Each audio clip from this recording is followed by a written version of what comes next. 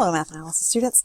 In this video we are going to go over the first page of the unit review for our unit on trig graphs. So let's begin with a review of the general shape of our trig graphs. Our sine function has the same pattern that we always start at 0 and then go up to our maximum value and 0 and minimum value and 0. And when I say 0, I mean crossing our x-axis, or if we have a vertical shift, then it would be crossing our center or midline. And our graph looks basically like this for a sine function. For a cosine function, our graph starts at its maximum value, that's its intercept, and then its minimum value, and then intercept, and then its maximum value again, so that it looks basically like this. For our cosecant, it is the reciprocal of our sine graph. So I want to actually sketch in what the sine graph would look like really quickly, because our sine graph goes 0, max, 0, min, 0. So that would look like this roughly. But then the reciprocal of that cosecant will have asymptotes in it. Everywhere that the sine graph has an intercept, then the cosecant graph will have an asymptote. I'll change colors there. So we'd have an asymptote right here. We would have an asymptote here. Pretend that's a straight line. And we would have an asymptote here. And everywhere our sine function has a maximum value, then its reciprocal, the cosecant function, has a minimum value. So we end up with a parabola here in between these asymptotes. And over here where our sine value has a minimum value, then its reciprocal has a maximum value. So we end up with a parabola here that is opening down. Secant and cosine have the same relationship. For secant, it's the reciprocal of cosine, which starts at its max on 0 and min and 0 at max. So this would represent, this dotted line represents the graph of a cosine function. And then the secant function is the reciprocal. So everywhere that cosine has an intercept, then its reciprocal secant will have an asymptote. So a vertical asymptote here and a vertical asymptote here. Down here where our cosine had a minimum, then the secant will have a maximum. And up here where we have these maximums for cosine, we have minimums for its reciprocal secant. Now these are like half of parabolas. These graphs would obviously keep going because all of our graphs of trig functions, they are infinite, they go on forever, but we are graphing one period of the function, which is how long it takes for the graph to start to repeat. Our tangent graph has, when we're talking about our 5 key points, which I have actually not been marking on here because those 5 key points are going to vary depending on the period of your function. But I'm going to put them in right now for our 5 key points along here. Doing that right now. 1, 2, 3, 4, 5. And then the same for our tangent and our cotangent graphs. The shape of a tangent graph, it's one of those that keeps repeating, and so the graph itself looks a little bit weird in that for a tangent graph we have an asymptote right in the middle of it. We have zeros at the beginning and the end, one above, one below, and we get this kind of a curve there, and this one is another half of a curve. If we kept going, we would see that curve repeated. Cotangent has an asymptote at the beginning and at the end, and it has an intercept in the middle, and then it goes kind of like this, which is what the graph of a cotangent looks like. So whenever you're asked to graph one period of a function, this is the shape that your graph will have. The exception is if you're graphing negative any of these functions, in which case they would be flipped. Okay, next let's talk about the parts of a trig equation. We have y equals a times the sine or cosine or tangent or secant or cosecant or cotangent of bx minus c plus d. Now, the a value out here, this is our amplitude. This has to do with how high or how low we're going, how much above or below our center line. The b value right here has to do with the period of the function, which we'll talk about again in just a moment. The c value right here, color. The C value is our horizontal shift or our phase shift. And this one, note that the sign right here, this is an opposite sign. And then the D value is for a vertical shift. Let's talk about the period. The period of a function is how long it takes before it starts to repeat. And for sine, cosine, secant, or cosecant, then the period of that is 2 pi over the absolute value of b, which is this value that's in front of our x or our theta. For a tangent or cotangent graph, it doesn't take as long for tangent and cotangent to repeat. So for those, the period is pi over the absolute value of b. We find the start of the function is based on the phase shift.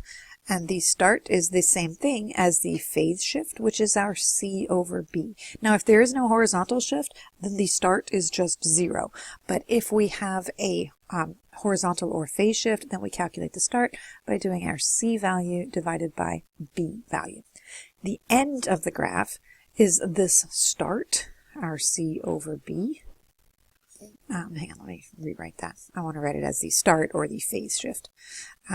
It's going to be the phase shift plus the period. It's the start of the graph plus how long does it take for that to repeat. And again, that is going to be different for tangent and cotangent than it is for our other functions. And to find the middle, we take the start plus the end and divide by 2. It's what's halfway in between. Sometimes it's very easy to find what's in the middle of those numbers. So most of the time in this video, I will not actually be calculating anything when I talk about finding the middle, but it's finding what's halfway between. For instance, if we're looking at what's halfway between 1 and 3, then it would be 2. So that's how I'll explain the middle in most of these, but you can always find the middle by calculating the start plus the end and divide by 2. Okay, so let's get to these problems right now. The first two problems are graphing on an interval, and this is different than graphing one period of a function. When we're asked to graph on an interval, then we are saying we're given specific instructions about what values to include. And here, if we're graphing from negative pi to 3 pi, it means negative pi is going to be the first value that we have here on our x-axis, and 3 pi is going to be the last value that we have here on our x-axis. Now, I might need to adjust that a little bit as I go. We always want to count by pi over 2. Unless we're given a reason to do some other interval, then we want to count by pi over 2. So we have negative pi over 2. Here we have 0. And we'd have pi over 2, and then we'd have pi, and then we would have 3 pi over 2, and then we would have 2 pi, and then we'd have 5 pi over 2, and then 3 pi. And you should always check and make sure that your intervals kind of make sense if you think about them with the same denominator. For instance, if this pi over 2 is 1 pi over 2, and then 2 pi over 2, which reduces to pi, 3 pi over 2, 2 pi is the same as 4 pi over 2, and 5 pi over 2, and 3 pi is the same thing as 6 pi over 2. So they are evenly spaced. We're graphing just general function, cosine. So we're not having any horizontal shift. We're not having any vertical shift. We're just graphing what is the value of cosine for each of these. So we're really just looking at what is the cosine of negative pi? What is the cosine of negative pi over 2? The cosine of 0, and so on. You could write this if you wanted. You could put your values in here along your x-axis. And then over here, you're just looking for what is the, I did not mean to put a y there, sorry.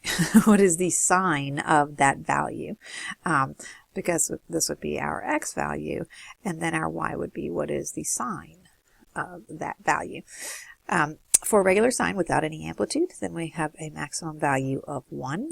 And a minimum value of negative 1. And when we go through these values, the sign of, I have been saying sine and I meant to say cosine because this is a cosine problem. My apologies. We are looking specifically at right here, we're doing the cosine of x. And we just want to say, okay, what is the cosine of negative pi? And if we know our unit circle values, then we know that the cosine is just the x value for the coordinates, and that is going to be negative 1. The cosine of negative pi is 0. The cosine of 0 is 1. The cosine of pi over 2 is 0. The cosine of pi is negative 1. The cosine of 3 pi over 2 is 0. The cosine of 2 pi is 1. The cosine of 5 pi over 2 is 0. and the cosine of 3 pi is -1. And we have enough here to get our shape, and we're going to try to get a smooth curve. Sometimes these curves look better than others, but we want to try to not have any corners in our curve. And you may be wondering, why is this not the same thing as just our one period? If you were to look just here between 0 and 2 pi, that would be one period of the function. So you can see that this does follow our pattern for one period of the function. We just have more than one period of the function here because we're starting at this specific x value and ending at this specific y value. For our next one, y equals cosecant, again, we have an interval from pi over 2 to 7 pi over 2. So we want to make our first x value pi over 2. And we're going to go all the way to 7 pi over 2. We're going to count by pi over 2. So that's pi over 2, and then comes pi, and then comes 3 pi over 2, and then comes 2 pi, and then comes 5 pi over 2, and then comes 3 pi, and then comes 7 pi over 2. And if we look at what our cosecant values are, because again we're graphing cosecant here, which is the reciprocal of our sine function, it's 1 over our sine function. Then when we calculate that for pi over 2, the cosecant is 1. I need some values here on my y-axis. 1, -1. The cosecant of pi over 2 is 1. The cosecant of pi is undefined. So we put our asymptote. The cosecant of 3 pi over 2 is -1. The cosecant of 2 pi is undefined. The cosecant of 5 pi over 2 is 1. The cosecant of 3 pi is undefined. The cosecant of 7 pi over 2 is -1, and that's where we stop. Now this doesn't give us a whole lot, but when we know what shape our cosecant graph looks like, usually we have those parabolas and asymptotes, then we can get that our graph is going to be this. And here we have our down parabola, and we have an up parabola, and a down parabola. We could have also gotten this by graphing in the values of sine at those points. The value of sine would be 1 and 0 and -1 and 0 and 1 and 0 and -1. And so we could have done that by graphing in the sketch right here of our sine curve at those values. More than one way to get that same graph. Okay, for the rest of the problems, the directions say find the key characteristics and graph one period of each of these functions. And so that's just what we're going to do. We're going to start off by looking at our A, B, C, and D values. A is the number that is out front. This is 3. B is the number in front of our variable, which is 2. Here C is this number that comes here. And remember, we need the opposite sign, positive or negative value. So our C value is pi. And at the end, the D value is +1. That means we're going to be shifting up by 1 unit. We do have a horizontal shift. So our phase... our start is not going to be at 0, but first let's calculate what the period is going to be. It is a tangent function, and the period is pi over b, so that is going to be pi over 2. The start is c over b. Our c value is pi, our b value is 2, so that means that our start is pi over 2. Now we can't get the middle until we get the end. For the end, we're going to add up our start plus the period. So when we add our start, which is pi over 2, plus the period, which is pi over 2, then we get that the end is pi. Then for the middle, halfway between pi over 2 and pi is going to be 3 pi over 4. Think of it as halfway between 1/2 and 1 is 3/4 pi. And so we will graph that. Remember that we have a vertical shift. We're moving everything up 1. So the center line is not going to be right here at our x-axis. It's actually going to be 1 above that. So I'm going to graph in my new center line right here. Now our A value is 3, so that means above and below the center line, then we need to go up 3 units. So this is at 1, so when we go up 3 units, that would be at 4, and when we go down 3 units, that means it's going to be down here at -2. Our starting value is pi over 2, so not right here at 0. I'm going to put this over here at pi over 2. We're going to need 5 key values. The middle one is 3 pi over 4. and the last one is pi. And so now we want to think about what goes in between these values right here. It's not quite as easy to just count up this one or think about it in common denominators. We would have 2 pi over 2 plus, 2 pi over 4 plus 3 pi over 4. So let's come over here and let's find what this value is going to be by adding up these two values. If we add pi over 2 plus 3 pi over 4, we take that value and divide by 2, we'll find what's halfway in between these. In order to add fractions, we need a common denominator, and so we would rewrite pi over 2. We would write that as 2 pi over 4. When we add up 2 pi over 4 and 3 pi over 4, we get 5 pi over 4. And when we are dividing by 2, that means we're going to be multiplying by 1/2, and so that value is going to be 5 pi over 8. That is our value right here at our second key point, 5 pi over 8. To find our fourth key point, we would do the same thing. We would add up what's between 3 pi over 4 and pi, 3 pi over 4 plus pi. Add those up, divide by 2. And if we want to add these up, we need them to be the same denominator. So we would write pi as 4 pi over 4. We add those up, we get 7 pi over 4. And when we divide by 2, that means multiply by 1/2. And so we have 7 pi over 8. So our fourth key point is 7 pi over 8. All right, we've got our 5 key values in here. We have done our vertical shift. So now all that's left to do is just graph. This is a tangent graph, so there is an asymptote in the middle of our tangent graph. The beginning and the middle are intercepts, or zeros. That's where they cross their center line. And then at our other points, it's going up this value, 3. So here would be our 4. And here would be down here at -2. And then we connect them and try to make them look like a tangent curve. Try to make your curve go through your point there. And here is our graph for number 3. Number 4, the cosine of 2 pi x minus 2. Let's start with what all of our values are. A, the number in front. There is no number that's front here, so it is just to be multiplied by 1. The b value is what's in front of our variable. In this case, it is 2 pi. The c is what's being added here, or subtracted. There is none. And the d value is -2, which means we're going to shift this down by 2 units. If you want, you can go ahead and mark that in now. You can do it at the beginning. You can do it at the end. Doesn't matter. Just remember to do that at some point. This line is not very straight. I apologize for that. Okay. So let's find out what the period. The period is 2 pi over b, and since b is 2 pi over 2 pi is 1. Our starting point, since we don't have any phase shift, starting point is c over b, so that's 0. The ending point, we'll take our start and add our period. 0 plus 1 means the end is 1. And the middle, halfway between 0 and 1, is 1/2 or 0.5. So we are going to be starting at 0, which is right here, and our 5 key points. 2, 3, 4, 5. The first one is at 0. The middle is 1/2. The end is 1. And then get our other ones. Halfway between 0 and 1/2 is 1/4.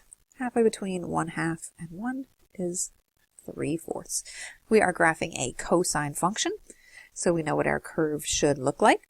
The cosine function starts up high. It goes max, 0, min, 0, max.